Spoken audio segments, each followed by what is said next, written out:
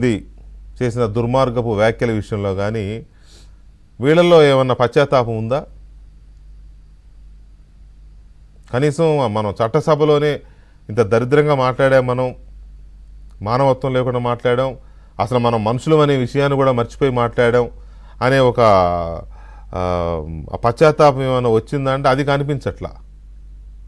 మాజీ మంత్రి, శాసన మండలిలో ప్రతిపక్ష నేత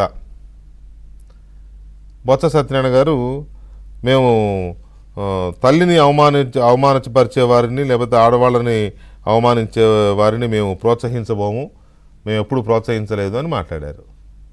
ప్రోత్సహించకపోవడం ఏంటి? అప్పుడు ఎక్కడున్నారు? జగన్మోహన్ రెడ్డి వికటాట్టహాసం చేయలేదా?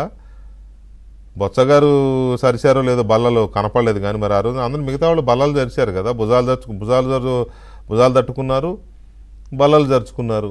బాగా చెప్పావు అని. ఒక రకం చెప్పంటే ద్రౌపది వస్త్రాపహరణం చేసినట్టు చేశారు మీరు ఆ రోజు అసెంబ్లీలో, సిగ్గుచారం లేకుండా. ఇప్పుడు మళ్ళీ మేము అలాంటి వాళ్ళని ప్రోత్సహించలేదు అని బొత్స సత్యనారాయణ గారు అంటున్నారంటే ఆ మాటల యొక్క ఉద్దేశం ఏంటి? దానికి లోకేష్ ఇచ్చిన రిటార్ట్ ఏంటి?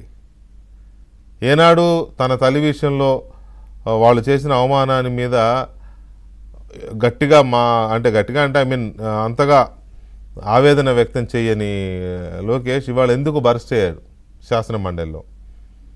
వీటిని చర్చిద్దాం. వీటితో పాటు హైకోర్టులో ఒక పిల్ పడింది.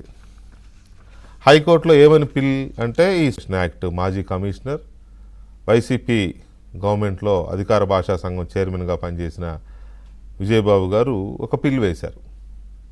ఆ పిల్ మీద కోర్టు మొన్న కామెంట్స్ చేసింది, మళ్ళీ ఇవాళ కూడా కామెంట్ చేసింది.